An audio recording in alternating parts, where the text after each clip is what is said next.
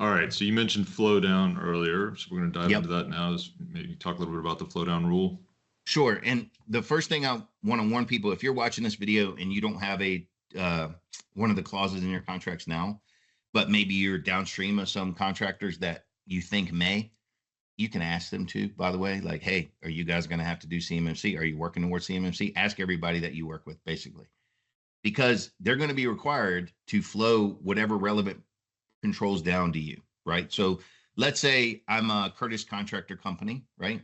And I interact with CUI and FCI, and you work in support of me, but you don't interact with CUI, and I know you don't, right?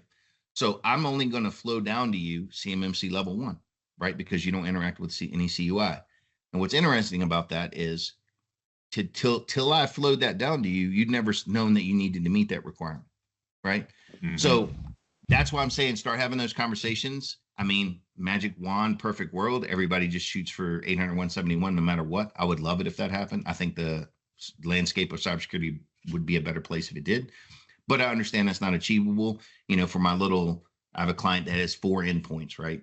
They're not CMMC level 2, although I think they may end up being level 2, but they're level 1 right now. They don't want level 2 coming down on them. But look at, you know, they're working towards CMMC level 1. Good stuff, you know.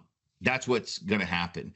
It's going to happen farther up the stream too. You know, you get into multiple layers of this stream system, and suddenly, you know, the person upstream of you, the person upstream of them may be getting CMMC level 3, and then they're flowing down 2, and then they're flowing down 1. The moral of the story is, and it's there. If you have subs under you, you have to flow it down. So you need to know what you need to know the data types you're working with.